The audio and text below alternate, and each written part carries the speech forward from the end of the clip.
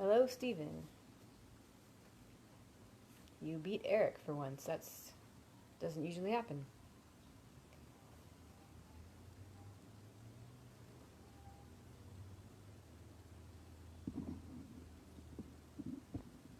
I invited him, so he should be popping in any second. There he is. Ah, okay, he's ready this time with the foreign phrase. Glad to have those back. Alright, so these girls were being abused. These underage girls. I don't know if they count as underage in this world, in this time, but he killed everybody who was posing as the Dima Ru, and now he's just got them with him as he continues his travels. Okay. So we're on. Here comes Louis. You're a little bit late. You're not quite on top of it this week, are you? Or this session. We're on chapter 134. Are you gonna come all the way in frame? Okay. Chapter 134. The Road to Levenshire. There we go.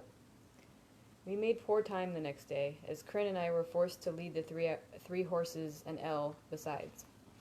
Luckily, the horses were well behaved, as Edema-trained horses tend to be. If they had been as wayward-witted as the poor mayor's daughter, we might never have made it to Levenshire at all. Even so, the horses were almost more trouble than they were worth. The glossy roan in particular liked to wander off into the underbrush, foraging. 3 times now I'd had to drag him out, and we were irritated with each other. I had named him Burback for obvious reasons. Yeah, don't do that. Sorry, I had to squirt my cat, because he was scratching the carpet. The 4th time I had to pull him back onto the road, I seriously considered cutting him loose to save myself the trouble. I didn't, of course. A good horse is the same as money in your pocket, and it would be quicker to ride back to Severin than walk the whole way. Corinne and I did our best to keep Elle engaged in conversation as we walked.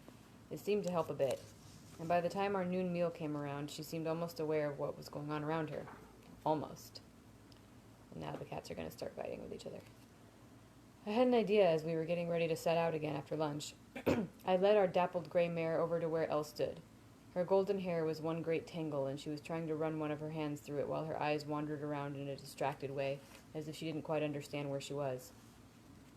Elle, she turned to look. Have you met Greytail? I gestured to the mare. A faint, confused shake of the head. I need your help leading her. Have you led a horse before? A nod. She needs someone to take care of her. Can you do it? Greytail looked at me with one large eye, as if to let me know she needed leading as much as I needed wheels to walk. But then she lowered her head a bit and nuzzled Elle in a motherly way. The girl reached out a hand to pet her nose almost automatically, then took the reins from me. Do you think that's a good idea? Kryn asked when I came back to pack the other horses. Greytail is gentle as a lamb. Just because Elle is witless as a sheep, Kryn said archly, doesn't make them a good pairing. I cracked a smile at that. We'll watch them close for an hour or so. If it doesn't work, it doesn't, but sometimes the best help a person can find is helping someone else. Since I had slept poorly, I was twice weary today. Hey! The cats.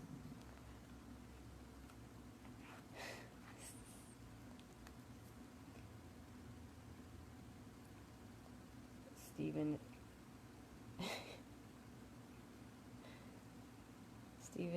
should we be intervening with your... My God, okay. Pay attention, Steven.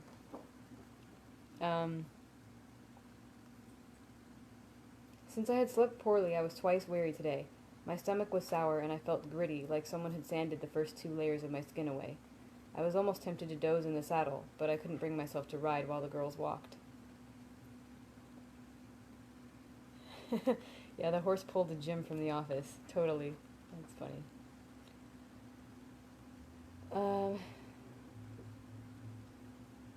So I plodded along, leading my horse and nodding on my feet. But today I couldn't fall into the comfortable half-sleep I tend to use when walking. I was plagued with thoughts of Oleg, wondering if he was still alive. I knew from my time in the Medica that the gut wound I'd given him was fatal. I also knew it was a slow death. Slow and painful. With proper care, it might be a full span of days before he died. Even alone in the middle of nowhere, he could live for days with such a wound. Not pleasant days. He would grow delirious with fever as the infection set in. Every movement would tear the wound open again. He couldn't walk on his hamstrung leg either, so if he wanted to move, he'd have to crawl. He would be cramped with hunger and burning with thirst by now. But not dead from thirst. No. I had left a full water skin nearby. I had laid it at his side before we left. Not out of kindness, not to make his last hours more bearable. I had left it because I knew that with water he would live longer, suffer more. Leaving him that water skin was the most terrible thing I'd ever done, and now that my anger had cooled to ashes, I regretted it.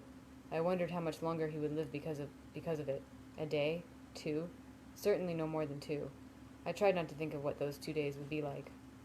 But even when I forced thoughts of a leg from my mind, I had other demons to fight. I remembered bits and pieces of that night, the things the false troopers had said as I cut them down, the sounds my sword had made as it dug into them, the smell of their skin as I had branded them. I had killed 2 women. What would Vachette think of my actions? What would anyone think? Exhausted from worry and lack of sleep, my thoughts spun in these circles for the remainder of the day. I set up camp from force of habit and kept up a conversation with Elle through an effort of sheer will. The time for sleep came before I was ready, and I found myself rolled in my shade in the front of the girls' tent.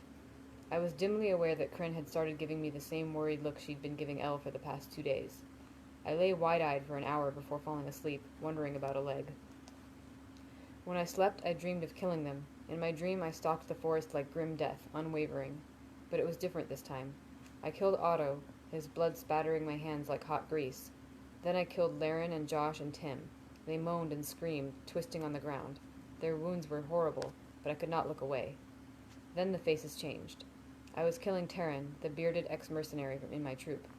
Then I killed Trip. Then I was chasing Shandy through the forest, my sword naked in my hand. She was crying out, weeping in fear. When I finally caught her, she clutched at me, knocking me to the ground, burying her face in my chest, sobbing, "No, no, no!" She begged, "No, no, no!" I came awake. I lay on my back, terrified and not knowing where my dream ended and the world began.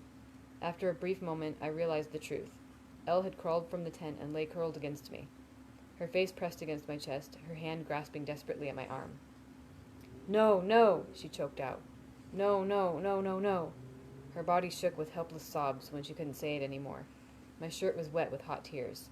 My arm was bleeding where she clutched it. I made consoling noises and brushed at her hair with my hand. After a long while, she quieted and eventually fell into an exhausted sleep, still clinging tightly to my chest. I lay very still, not wanting to wake her by moving. My teeth were clenched. I thought of a leg and Otto and all the rest. I remembered the blood and screaming and the smell of burning skin. I remembered it all and dreamed of worse things I could have done to them. I had never had the nightmares again. Sometimes I think of a leg and I smile. We made it to Levenshire the next day. Elle had come to her senses, but remained quiet and withdrawn.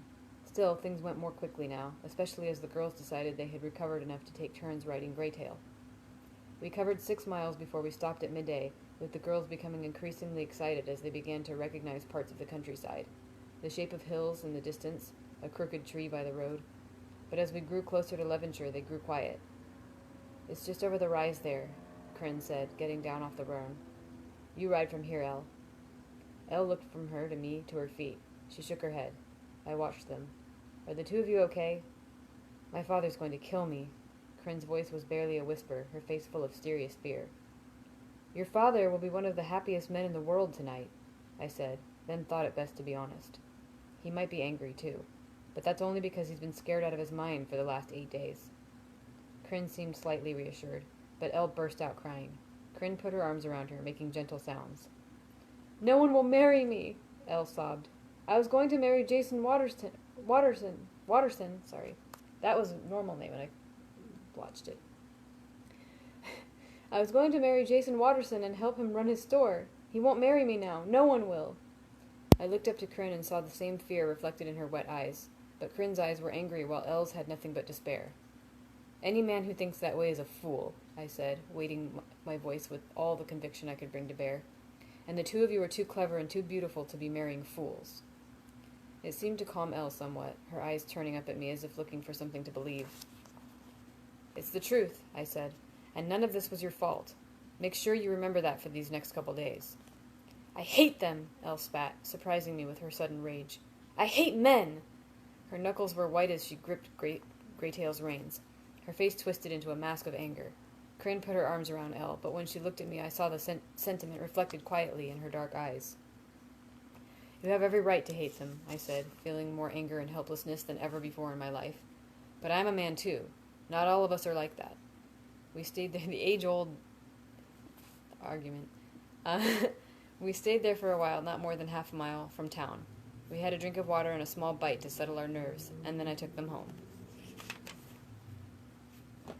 Yeah, that tripped me up, the normal name.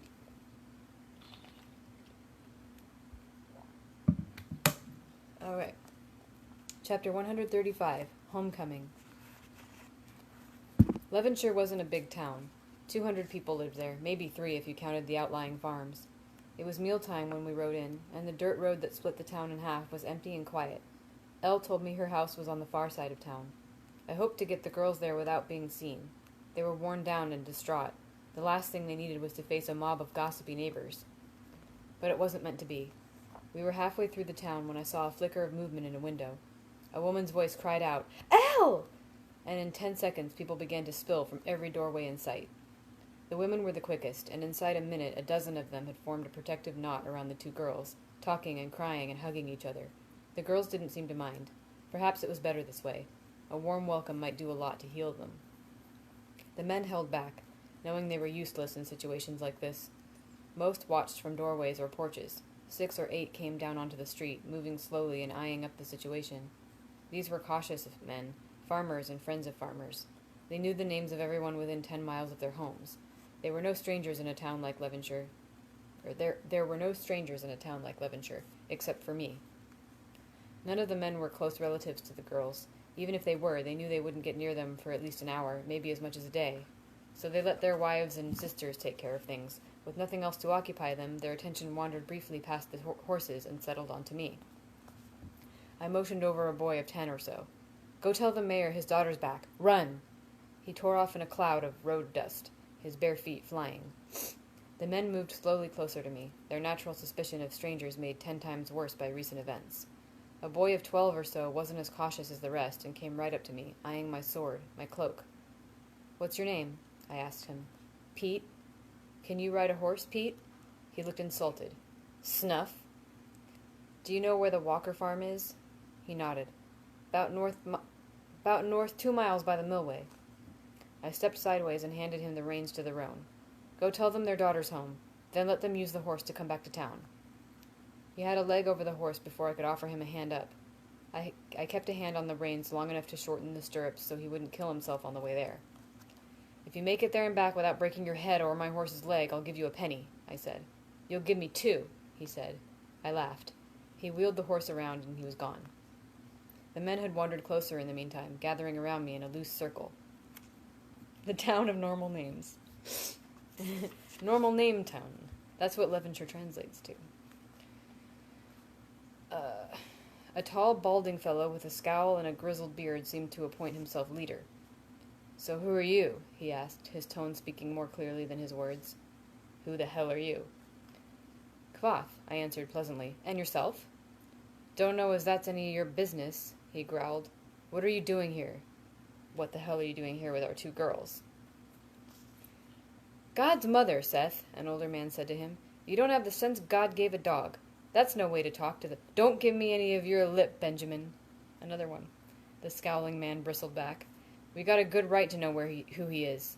He turned to me and took a few steps in front of everyone else. "You one of those trooper bastards that came through here?" I shook my head and attempted to look harmless. "No." "I think you are. I think you look kind of like one of them Roo. You got them eyes." The men around him craned to get a better look at my face. "God, Seth," the old fellow chimed in again. "None of them had red hair. You remember hair like that. He ain't one of them." "Why would I bring them back if I'd been one of the men who took them?" I pointed out. His expression grew darker, and he continued his slow advance. "You getting smart with me, boy? Maybe you think all of us are stupid here. You think if you bring them back you'll get a reward, or maybe we won't send anyone else out after you? He was almost within arm's reach of me now, scowling furiously. I looked round and saw the same anger lurking in the faces of all the men who stood there. It was the sort of anger that comes to a slow boil inside the hearts of good men who want justice, and finding it out of their grasp, decide vengeance is the next best thing. I tried to think of a way to calm the situation, but before I could do anything, I heard Crin's voice lash out from behind me. "Seth, you get away from him!" Seth paused, his hands half raised against me. "Now—" Crin was already stepping toward him. The knot of women loosened to release her, but stayed close. "He saved us, Seth," she shouted furiously. "You stupid shit-eater! He saved us! Where the hell were all of you? Why didn't you come get us?" He backed away from me as anger and shame fought their way across his face. Anger won. "We came," he shouted back. "After we found out what happened, we went after him. They shot out Bill's horse from under him, and he got his leg crushed. Jim got his arm stabbed, and old Cupper still ain't waked up from the thumping they gave him. They almost killed us." I looked again and saw anger on the men's faces, saw the real reason for it, the helplessness they had felt, unable to defend their town from the false troops' rough handling. Their failure to reclaim the daughters of their friends and neighbors had shamed them. "Well, it wasn't good enough," Crin shouted back hotly, her eyes burning. "He came and got us because he's a real man, not like the rest of you who left us to die." The anger leapt out of a young man to my left, a farm boy, about 17. "None of this would have happened if you hadn't been running around like some roux of horror." I broke his arm before I quite realized what I was doing.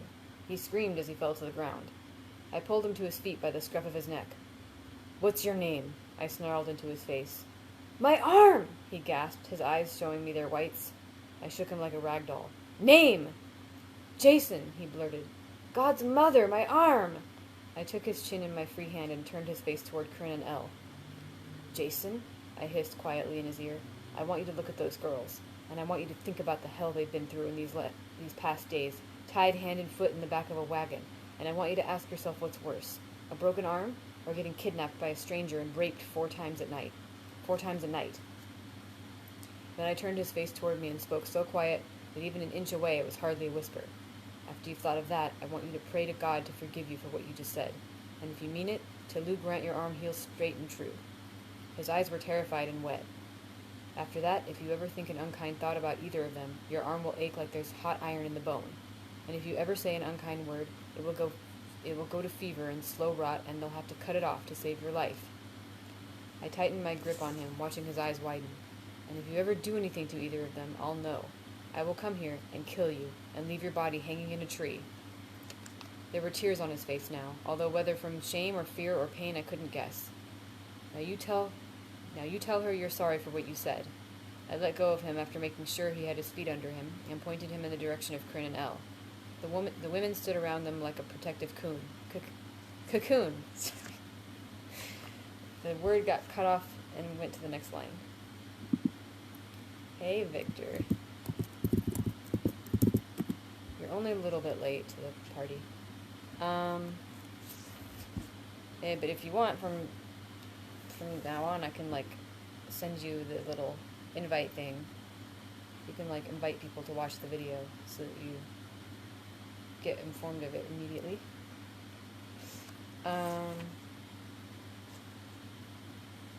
He clutched his arm weakly. "I shouldn't have said that, Ellie," he sobbed, sounding more wretched and repentant than I would have thought possible, broken arm or no.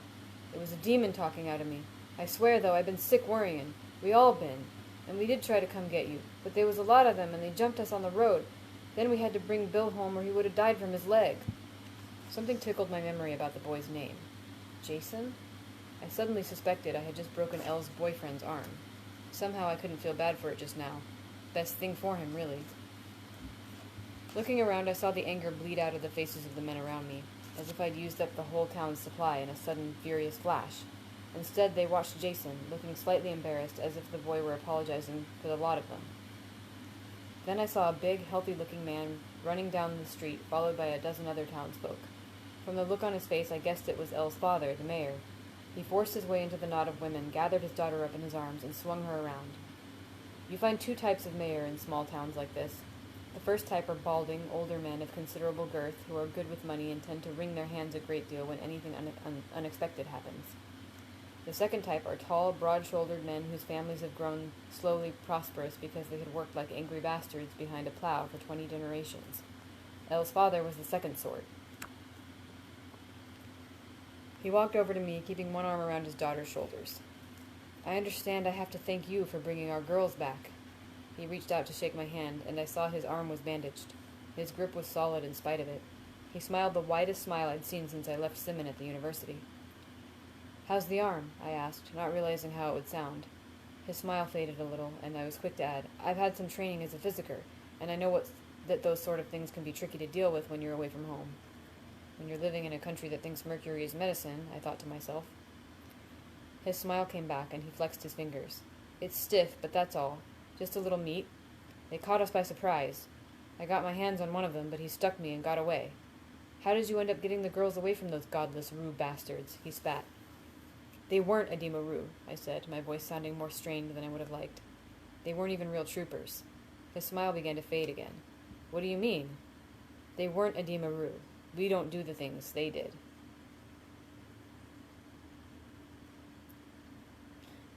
Listen, the mayor said plainly, his temper starting to rise a bit.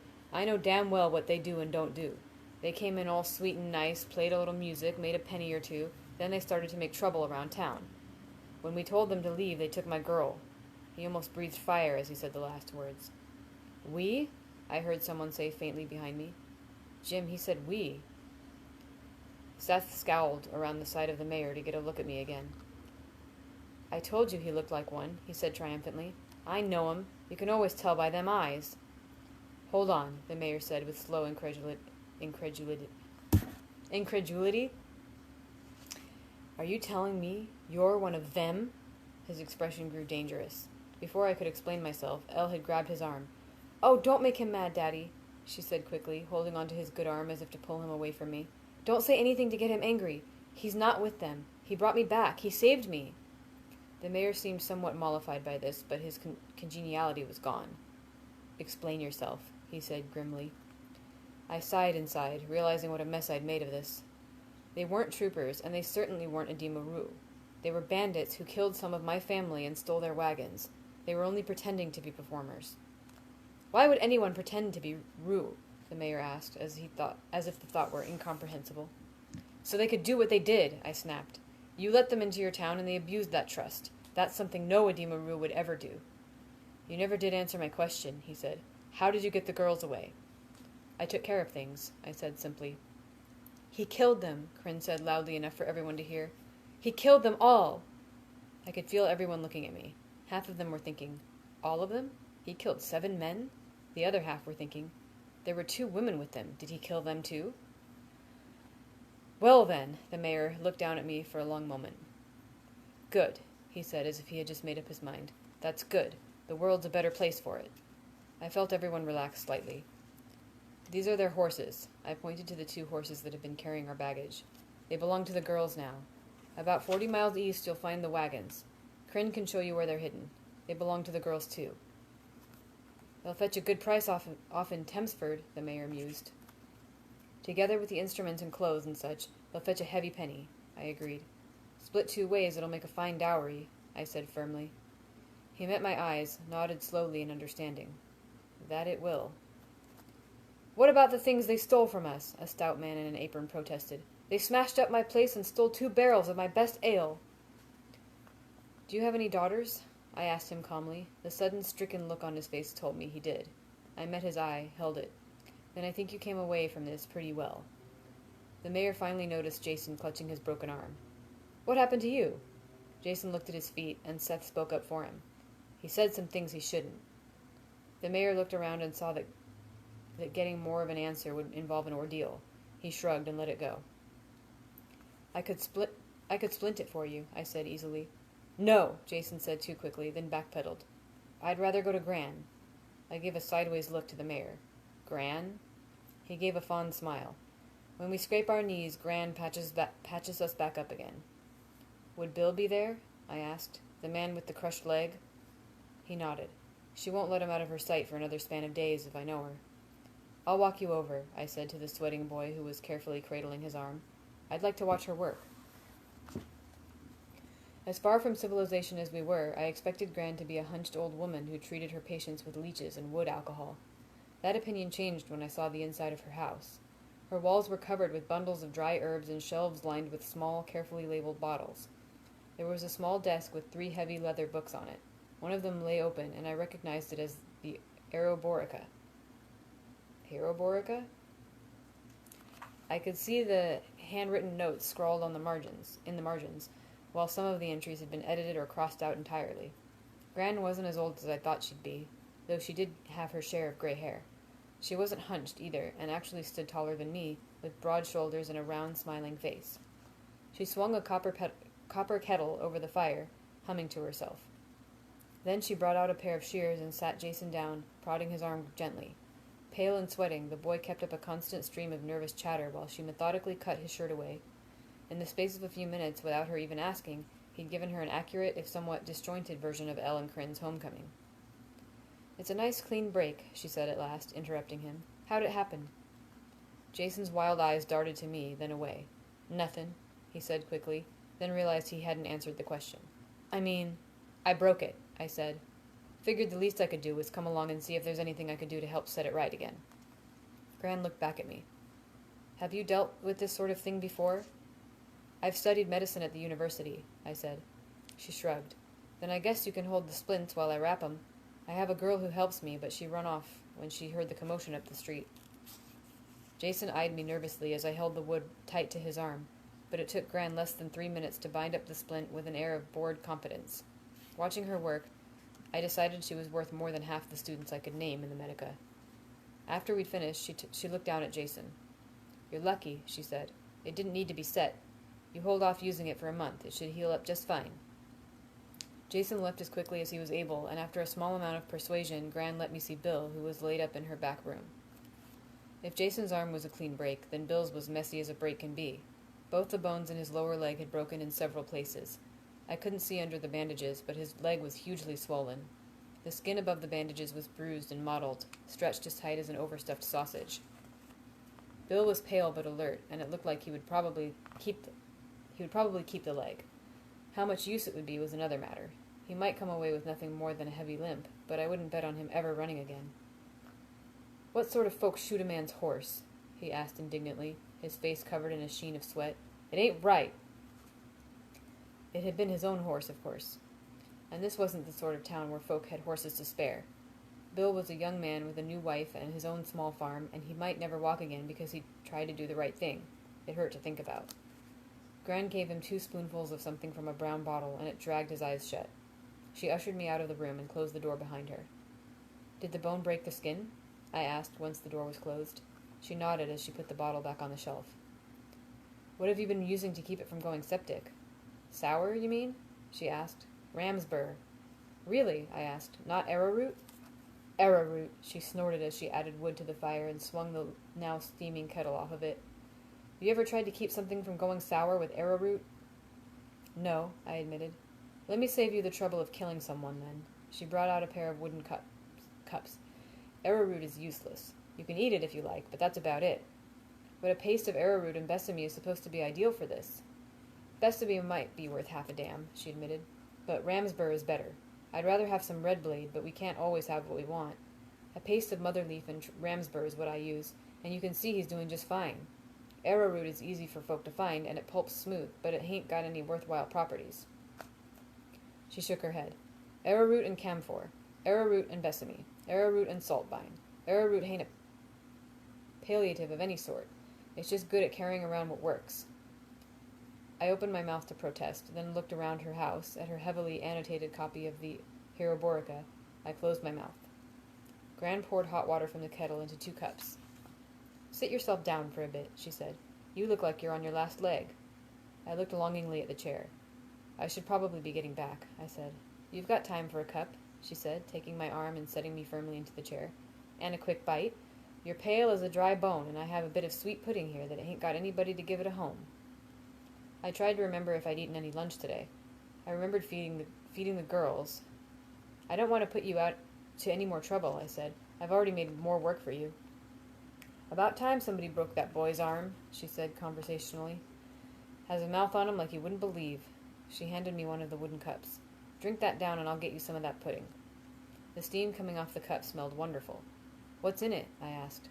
"Rose hip, and some apple brandy I still up my own self." She gave me a wide smile that crinkled the edges of her eyes. "If you like, I can put in some arrowroot too." I smiled and sipped. The warmth of it spread through my chest, and I felt myself relax a bit, which was odd, as I hadn't realized I'd been tense before. Gran bustled about a bit before setting 2 plates on the table and easing herself down into a nearby chair. "You really kill those folk?" she asked plainly. There wasn't any accusation in her voice. It was just a question. I nodded. "You probably shouldn't have told anyone," she said. "There's bound to be a fuss. They'll want a trial and have to bring in the Azzy from Tensford." "I didn't tell them," I said. "Kryn did." "Ah," she said. The conversation lulled. I drank the last swallow of my cup, but when I tried to set it on the table, my hands were shaking so badly that it knocked against the wood, making a sound like an impatient visitor at the door. Gran sipped calmly from her cup. "I don't care to talk about it," I said at last. "It wasn't a good thing." "Some folk might argue that," she said gently. "I think you done the right thing." Her words brought a sudden hot ache behind my eyes, as if I were about to burst into tears. "I'm not so sure about that," I said, my voice sounding strange in my own ears. My hands were shaking worse now. Gran didn't seem surprised by this. "You've had the bit in your teeth for a couple days now, haven't you?" Her tone made it clear it wasn't really a question. "I know the look. You've been keeping busy. Looking after the girls. Not sleeping. Probably not eating much." She picked up the plate. "Eat your pudding. It will help to get some food in you." I ate the pudding. Halfway through, I began to cry, choking a bit as it stuck in my throat. Gran refilled my cup with more tea and poured another dollop of brandy in on top of it. "Drink that down," she repeated. I took a swallow. I didn't mean to say anything, but I found myself talking anyway. "I think there might be something wrong with me," I said quietly. "A normal person doesn't have it in him to do the things I do. A normal person would never kill people like this." "That may be," she admitted, sipping from her own cup. "But what would you say if I told you Bill's leg had gone a bit green and sweet-smelling under that bandage?" I looked up, startled. "He's got the rot?" She shook her head. "No, I told you he's fine, but what if?" "We'd have to cut the leg off," I said. Gran nodded seriously. "That's right. And we'd have to do it quick. Today. No dithering about and hoping he'd fight his way through on his own. That wouldn't do a thing but kill him." She took a sip, watching me over the top of her cup, making it a question of sorts. I nodded. I knew it was true. "You've got some medicine," she said. "You know that proper doctoring means hard choices." She gave me an unflinching look. "We ain't like other folk. You burn a man with an iron to stop his bleeding. You save the mother and lose the babe. It's hard, and nobody ever thanks you for it, but we're the ones that have to choose." She took another slow drink of tea. "The first few times are the worst. You'll get the shakes and lose some sleep, but that's the price of doing what needs to be done." "There were women, too," I said, the words catching in my throat. Gran's eyes flashed. "They earned it twice as much," she said, and the sudden furious anger in her sweet face caught me so completely by surprise that I felt prickling fear crawl over my body. "A man who would do that to a girl is like a mad dog. He ain't hardly a person, just an animal needs to be put down. But a woman who helps him do it, that's worse. She knows what she's doing. She knows what it means." Gran put her cup down gently on the table, her expression composed again. "If a leg goes bad, you cut it off." She made a firm gesture with the flat of her hand, then picked up her slice of pudding and began to eat it with her fingers. "And some folk need killing. That's all there is to it."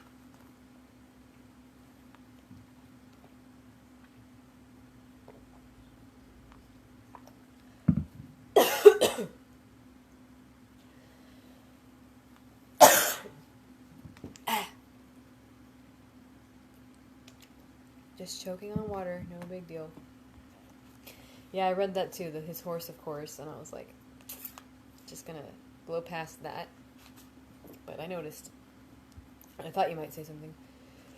I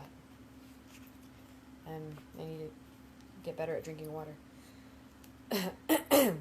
By the time I got myself under control, now I need more water.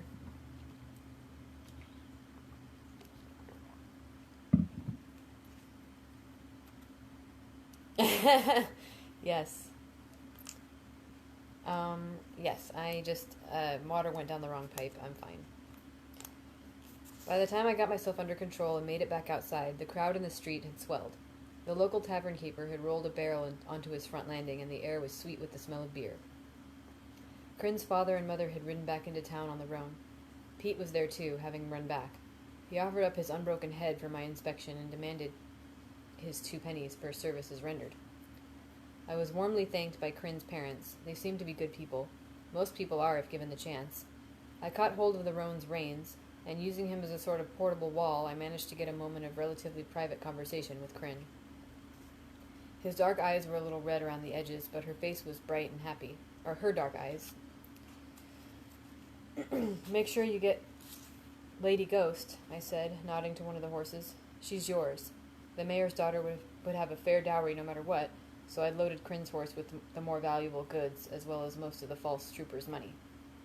Her expression grew serious as she met my eyes, and again she reminded me of a young Denna. You're leaving, she said. I guess I was. She didn't try to convince me to stay, and instead surprised me with a sudden embrace.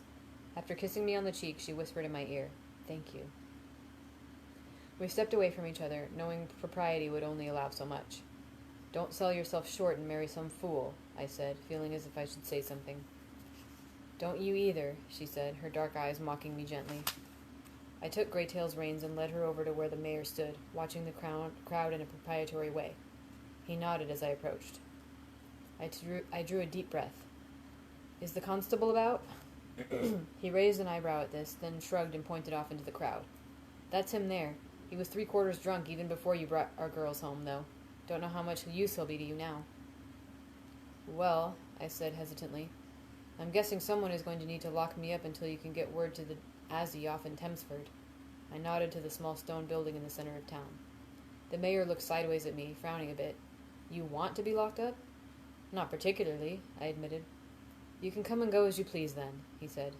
The Azzy won't be happy when he hears, I said. I'd rather not have anyone else go up against the iron law because of something I've done.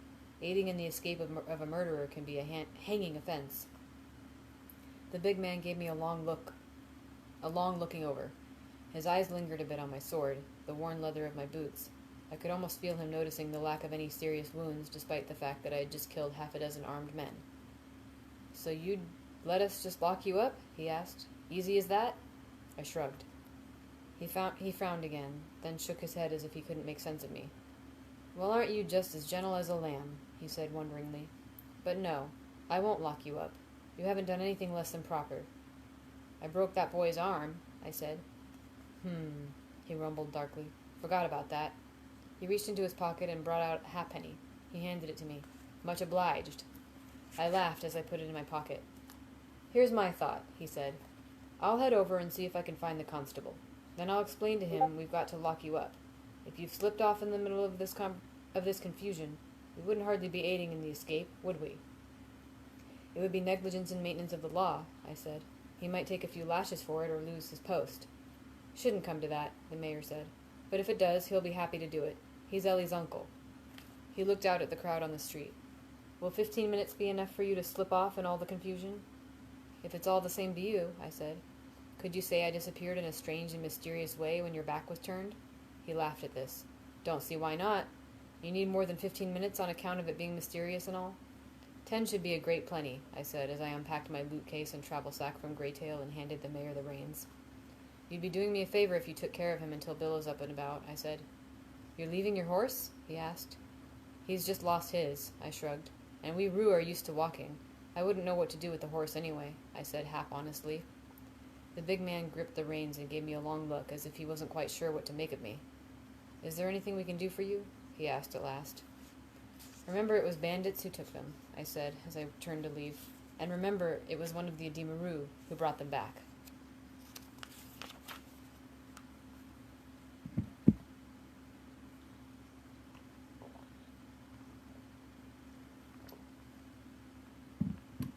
Okay.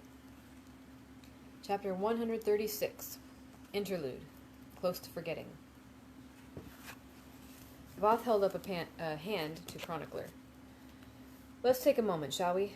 He looked around the dark inn. I've let myself get a little caught up in this story. I should tend to a few things before it gets any later. The innkeeper came stiffly to his feet and stretched. He lit a candle at the fireplace and moved around the inn, lighting the lamps one by one. driving back the dark by slow degrees. I was focused rather closely myself, Chronicler said, standing up and stretching. What time is it? Late, Bast said. I'm hungry. Chronicler looked out the dark window into the street.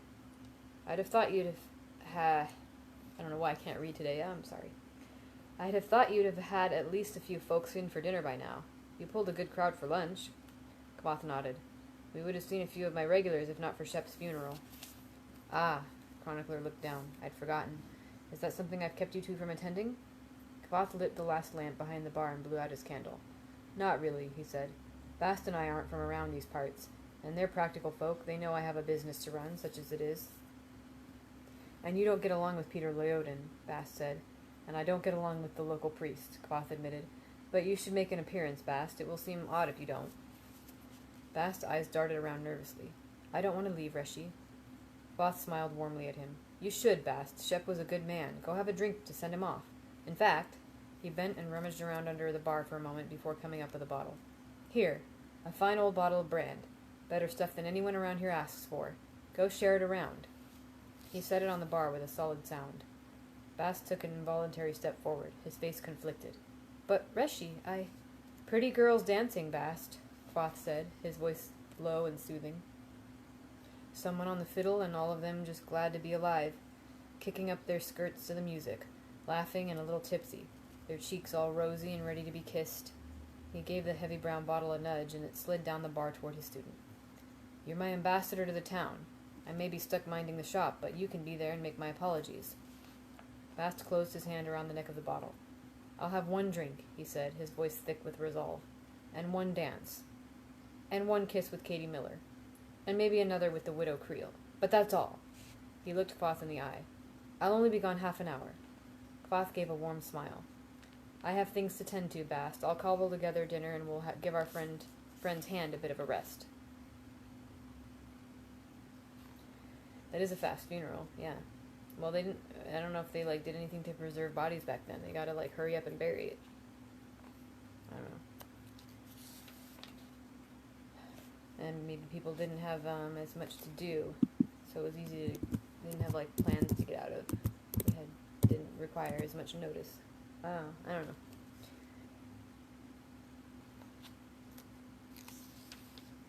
know. Bast grinned and picked up the bottle. 2 dances, then. He bolted for the door, and when he opened it, the wind gusted around him, swirling his hair wildly. Save me something to eat, he shouted over his shoulder. The door banged shut. Chronicler gave the innkeeper a curious look. Kvath gave a small shrug. He was getting too tangled up in the story. He can't feel a thing halfway. A little time away will give him some perspective. Besides, I do have dinner to prepare, even if it's only for 3. The scribe brought a grimy piece of cloth out of his leather satchel and looked at it with some distaste. I don't suppose I could trouble you for a clean rag, he asked. Kvath nodded and brought out a white linen cloth from beneath the bar. Is there anything else you need? Chronicler stood and walked over to the bar. If you had some strong spirits, it would be a great help, he said, sounding slightly embarrassed. I hate to ask, but when I was robbed... Kvath waved the comment away. Don't be ridiculous, he said. I should have asked you yesterday if there was anything you needed. He moved out from behind the bar toward the basement stairs. I'm assuming wood alcohol would work best. Chronicler nodded, and Kvath disappeared into the basement. The scribe picked up the crisply folded square of linen and rubbed it idly between his fingers. Then his eyes wandered up to the sword hanging high on the wall behind the bar. The gray metal of the blade was striking against the dark wood of the mounting board. Kvath came back up the steps carrying a small clear bottle. Is there anything else you need? I have a good stock of paper and ink in here, too. It may come to that by tomorrow, Chronicler said. I've used up most of my paper, but I can grind more ink tonight. Don't put yourself to the trouble, Kvath said easily. I have several bottles of fine Aurorian ink. True Aurorian ink? Chronicler asked, surprised. Kvath gave a broad smile and nodded. That's terribly kind of you, Chronicler said, relaxing a bit. I'll admit I wasn't looking forward to spending an hour grinding tonight. He gathered up the clear bottle and cloth, then paused. Would you mind if I asked you a question? Unofficially, as it were? A smirk curled the corner of Kvath's mouth. Very well, then, unofficially. I can't help notice that your description of Caesura doesn't... Chronicler hesitated. Well, it doesn't quite seem to match the actual sword itself. His eyes flicked up to the sword behind the bar. The handguard isn't what you described. Kvoth gave a wide grin. Well, you're just sharp as anything, aren't you? I don't mean to imply, Chronicler said quickly, looking embarrassed. Kvoth laughed a rich, warm laugh. The sound of it tumbled around the room, and for a moment the inn didn't feel empty at all. No, you're absolutely right. He turned to look at the sword. This isn't... What did the boy call it this morning? His eyes went distant for a moment. Then he smiled again. Kaysera, the poet killer. I was just curious, Chronicler said apologetically. Am I supposed to be offended that you're paying attention? Kvoth laughed again. What fun is there in telling a story if nobody's listening? He rubbed his hands together eagerly. Right then, dinner. What would you like, hot or cold, soup or stew? I'm a dab hand at pudding, too. They settled on something simple to avoid restoking the stove in the kitchen. Kvoth moved briskly around the inn, gathering what was needed. He hummed to himself as he fetched cold mutton and half a hard, sharp cheese from the basement. These will be a nice surprise for Bast. Kvoth grinned at Chronicler as he brought out a jar of brined olives from the pantry. He can't know we have them or you've eaten them already. He untied his apron, pulling it off over his head. I think we have a few tomatoes left in the garden, too. Kvoth returned after several minutes with his apron wrapped into a bundle.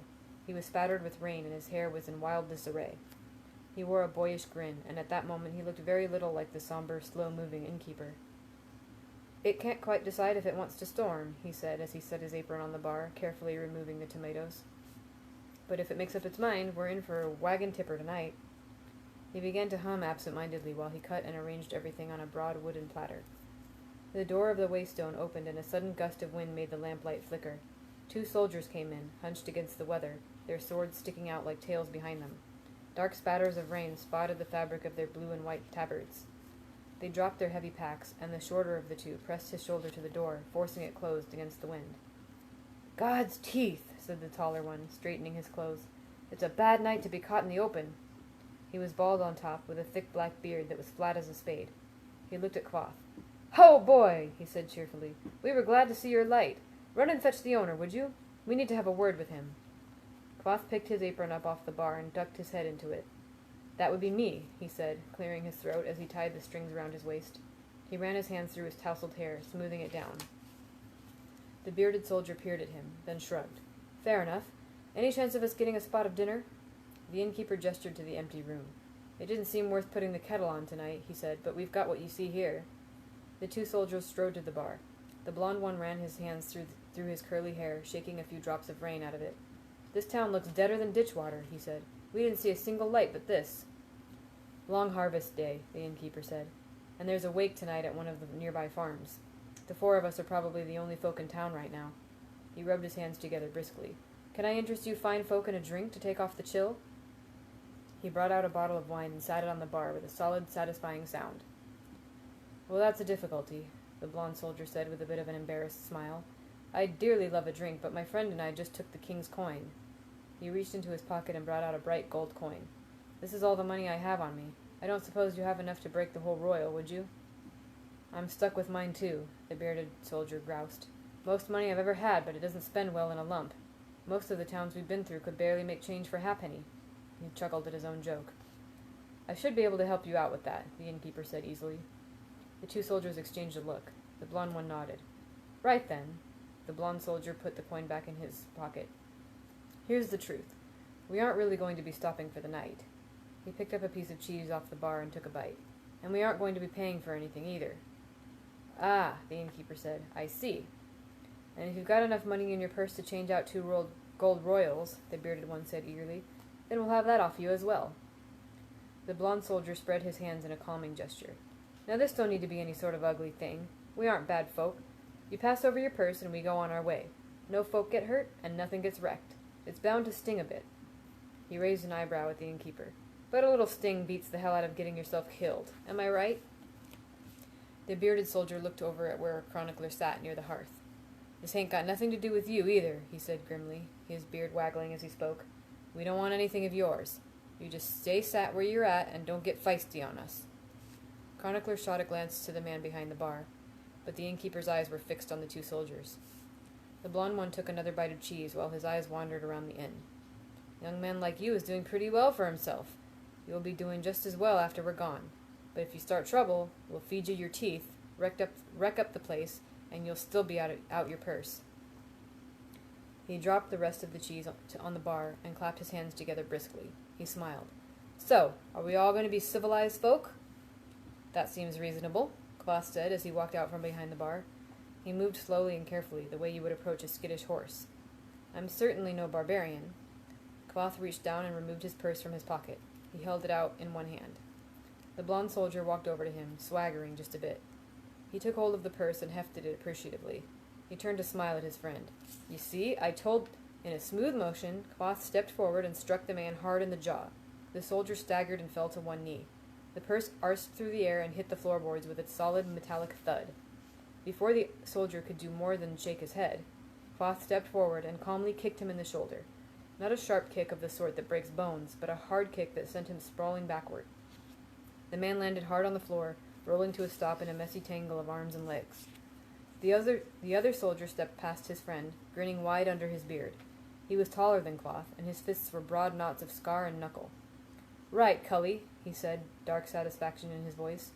"You're getting a kickin' now." He snapped out a quick punch, but Kvothe stepped aside and kicked out sharply, hitting the soldier just above the knee. The bearded man grunted in surprise, stumbling slightly. Then Kvothe stepped close, caught the bearded man's shoulder, gripped his wrist, and twisted his outstretched arm at an awkward angle.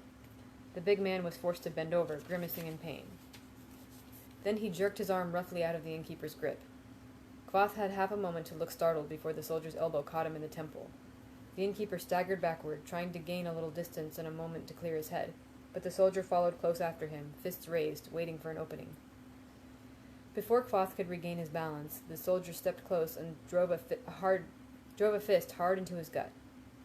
The innkeeper let out a pained huff of air as he started to double over. The soldier swung his other fist, into the side of the innkeeper's face, snapping Kvothe's head to the side and sending him reeling. Kvothe managed to keep his feet by grabbing a nearby table for support. Blinking, he threw a wild punch to keep the bearded man at a distance, but the soldier merely brushed it aside and caught hold of the innkeeper's wrist in one huge hand, easy as a father might grab hold of a wayward child in the street. Blood running down the side of his face, Kvothe struggled to free his wrist. Dazed, he made a quick motion with both hands, then repeated it, trying to pull away. His eyes half-focused and dull with confusion, he looked down at his wrist and made the motion again, but his hands merely scrabbled uselessly at the soldier's scarred fist. The bearded soldier eyed the stupefied innkeeper with amused curiosity, then reached out and slapped him hard on the side of the head. "You're almost a bit of a scrapper, boy," he said. "You actually stuck one on me." Behind them, the blond soldier was slowly getting to his feet. "The little bastard sucker-punched me." The big soldier yanked the innkeeper's wrist so he stumbled forward. "Say you're sorry, Cully." The innkeeper blinked blearily, opened his mouth as if he were about to speak, then staggered. Or rather, he seemed to stagger. Halfway through the stumbling motion became deliberate, and the innkeeper stomped down hard with the heel of his foot, aiming at the soldier's boot. At the same time, he snapped his forehead down at the bearded man's nose. But the big man merely laughed, moving his head to the side as he jerked the innkeeper off balance again by his wrist. "None of that," he chided, backhanding Kvothe across the face. The innkeeper let out a yelp and lifted a hand to his bleeding nose. The soldier grinned and casually drove a knee hard into the innkeeper's groin. Kvothe doubled over, first gasping soundlessly, then making a series of choked, retching noises. Moving casually, the soldier let go of Kvothe's wrist, then reached out and picked up the bottle of wine from the bar. Gripping it by the neck, he swung it like a club. When it hit the side of the innkeeper's head, it made a solid, almost metallic sound. Kvothe crumpled bonelessly to the floor. The big man looked at the bottle of wine curiously before setting it back on the bar. Then he bent, grabbed the innkeeper's shirt, and dragged his limp body out onto the open floor. He nudged the unconscious body with a foot until it stirred sluggishly. "Said I'd give you a kickin', boy," the soldier grunted, and drove his foot hard into Kvothe's side. The blond soldier walked over, rubbing at the side of his face. "Had to get all clever, didn't you?" he said, spitting on the floor. He drew back his boot and landed a hard kick of his own. The innkeeper drew a sharp, hissing breath, but made no other sound. "And you," the bearded soldier pointed a thick finger at Chronicler. "I've got more than one boot. Would you like to see the other? I've already skint my knuckles. It's no bother to me if you want to lose a couple teeth." Chronicler looked around and seemed genuinely surprised to find himself standing. He lowered himself slowly back into his chair. The blond soldier limped off to reclaim the purse from where it had fallen, while the big bearded man remained standing over Kvothe. "I suppose you figured you had to try," he said to the crumpled body, giving him another solid kick in the side. Damn fool. Pasty little innkeep against two of the king's own. He shook his head and spat again. Honestly, who do you think you are? Curled on the floor, Kvothe began to make a low, rhythmic sound. It was a dry, quiet noise that scratched around the edges of the room. Kvothe paused as he drew a painful breath. The bearded soldier frowned and kicked him again. I asked you a question, Cully. The innkeeper made the same noise again, louder than before. Only then did it become obvious that he was laughing. Each low, broken chuckle sounded like he was coughing up a piece of shattered glass.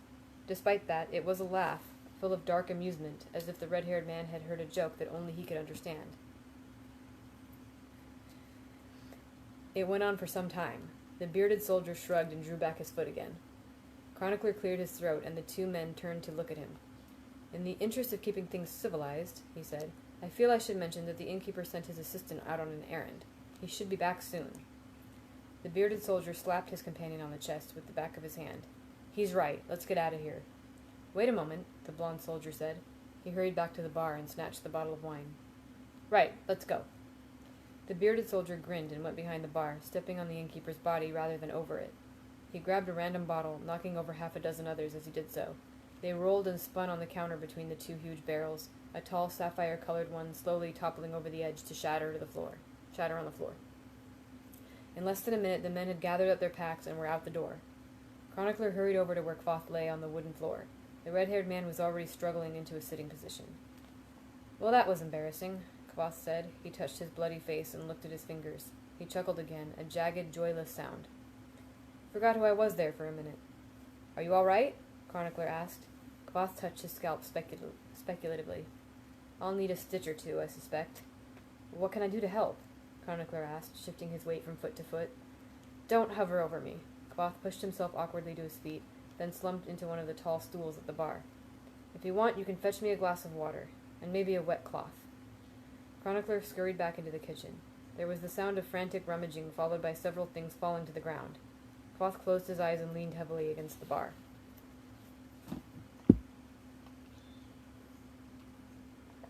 Yes, in an unexpected turn of events, I was waiting for him to, completely destroy these guys. So that was... Yeah. I was, waiting the whole time. I was like, okay, but he's going to get up and he's going to... No? Okay, but now he's going to get up. No? Yeah. Why is the door open? Bast called as he stepped through the doorway. It's cold as a witch's tit in here. He froze, his expression stricken. Reshi! What happened? What happened? Ah, Bast, Kvothe said. Close the door, would you? Bast hurried over, a numb expression on his face. Kvothe sat in a stool at the bar, his face swollen and bloody. Chronicler stood next to him, dabbing awkwardly at the innkeeper's scalp with a damp cloth. I might need to prevail on you for a couple stitches, Bast, Kvothe said, if it wouldn't be too much trouble. Reshi, Bast repeated. What happened? Devon and I got into a bit of an argument, Kvothe said, nodding at the scribe, about the proper use of the subjunctive mood. It got a little heated toward the end. Chronicler looked up at Bast, then blanched and took several quick steps backward. He's joking, he said quickly, holding up his hands. It was soldiers! Kvothe chuckled painfully to himself. There was blood on his teeth. Bast looked around the empty tap room. What did you do with them?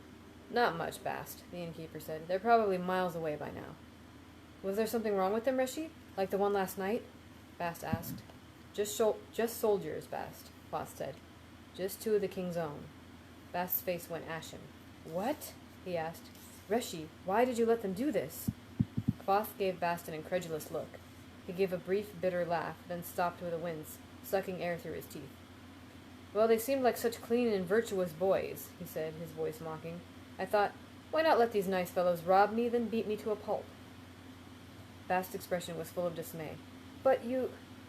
Kvothe wiped away the blood that was threatening to run into his eye, then looked at Bast as if he were the stupidest creature drawing breath in the entire world. What? He demanded. What do you want me to say? 2 soldiers, Reshi. Yes, Kvothe shouted. Not even 2. Apparently one thick-fisted thug is all it takes to beat me half to death. He glared furiously at Bast, throwing up his arms. What is it going to take to shut you up? Do you want a story? Do you want to hear the details? Bast took a step backward at the outburst. His face went even paler, his expression panicked. Kvothe let his arms fall heavily to his sides. Quit expecting me to be something I'm not, he said, still breathing hard. He hunched his shoulders and rubbed at his eyes. smearing blood across his face. He let his head sag wearily. God's mother, why can't you just leave me alone? Bast stood as still as a startled hart, his eyes wide.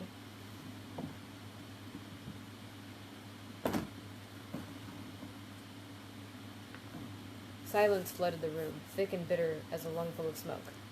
Kvothe drew a slow breath, the only motion in the room. I'm sorry, Bast, he said without looking up. I'm just in a little pain right now. It got the better of me. Give me a moment and I'll have it sorted out. Still looking down, Kvothe closed his eyes and drew several slow, shallow breaths. When he looked up, his expression was chagrined. I'm sorry, Bast. I didn't mean to snap at you. A touch of the color returned to Bast's cheeks, and some of the tension left his shoulders as he gave a nervous smile. Kvothe took the damp cloth from Chronicler and wiped the blood away from his eye again. I'm sorry I interrupted you before, Bast. What is it you were about to ask me? Bast hesitated, then said, You killed 5 Skrael not 3 days ago, Reshi. He waved toward the door. What's some thug compared to that? I picked the time and place for the Skrael rather carefully, Bast, Kvothe said, and I didn't exactly dance away unscathed either. Chronicler looked up, surprised. You were hurt? He asked. I didn't know. You didn't look it. A small, wry smile twisted the corner of Kvothe's mouth. Old habits die hard, he said. I do have a reputation to maintain. Besides, we heroes are only hurt in properly dramatic ways. It rather ruins the story if you find out Bast had to knit about 10 feet of stitches into me after the fight. Realization broke over Bast's face like a sunrise. Of course, he said, his voice thick with relief. I forgot. You're still hurt from the Skrael. I knew it had to be something like that. Kvothe looked at the floor, every line of his body sagging and weary. Bast, he began. I knew it, Reshi, Bast said emphatically. There's no way some thug could get the better of you. Kvothe drew a shallow breath, then let it out in a rush. I'm sure that's it, Bast, he said easily. I expect I could have taken them both if I'd been fresh. Bast's expression grew uncertain again. He turned to face Chronicler. How could you let this happen? He demanded.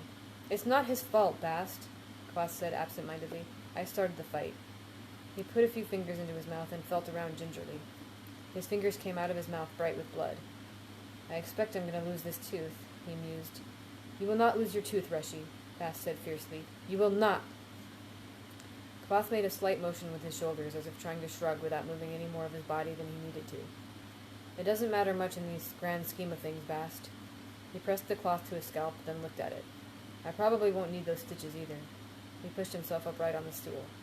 Let's have our dinner and get back to the story. He raised an eyebrow at Chronicler. If you're still up for it, of course. Chronicler stared at him blankly. Reshi, Bast said, worried, you're a mess. He reached out. Let me look at your eyes. I'm not concussed, Bast, Kvothe said, irritated. I've got 4 broken ribs, a ringing in my ears, and a loose tooth. I have a few minor scalp wounds that look more serious than they really are. My nose is bloody, but not broken, and tomorrow I will be a vast tapestry of bruises. Kvothe gave the faint shrug again. Still, I've had worse. Besides, they reminded me of something I was close to forgetting. I should probably thank them for that. He prodded at his jaw speculatively and worked his tongue around in his mouth. Perhaps not a terribly warm thanks.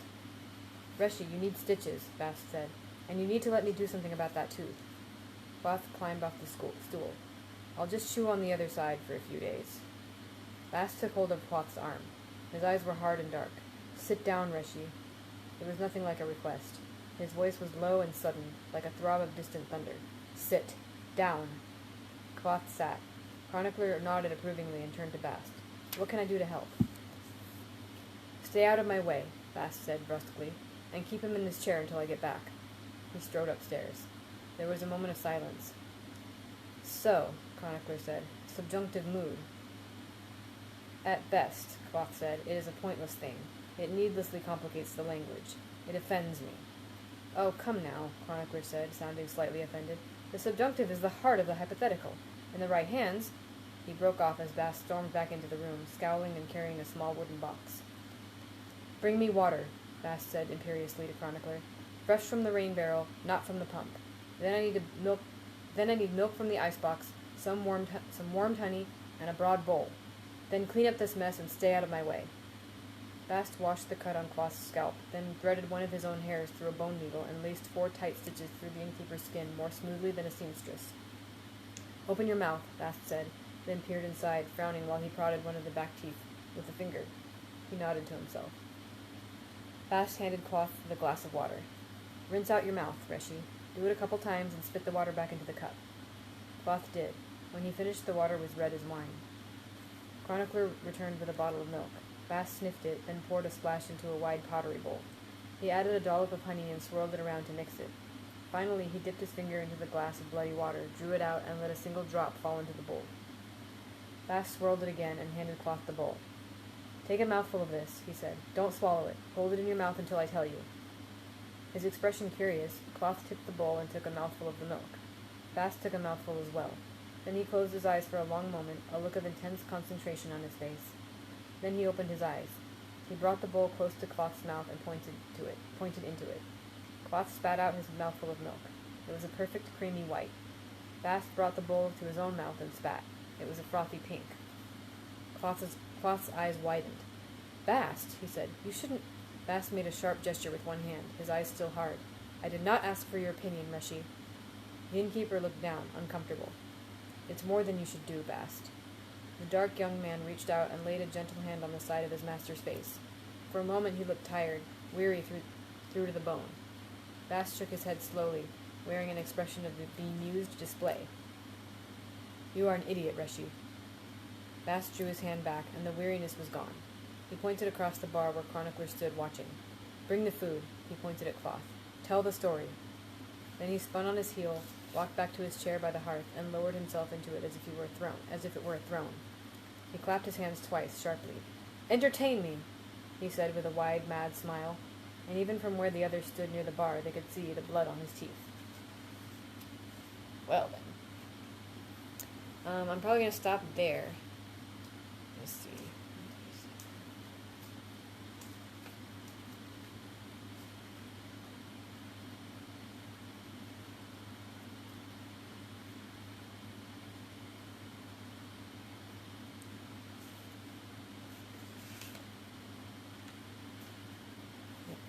Yeah, we've got like 20 more chapters, so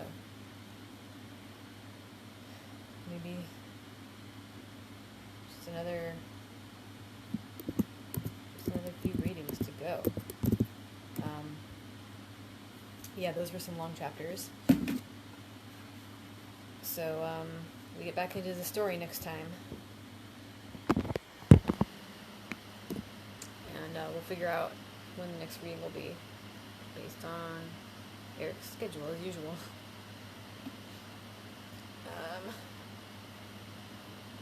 Anyway, yeah, that's all for tonight. I'll see you guys next time.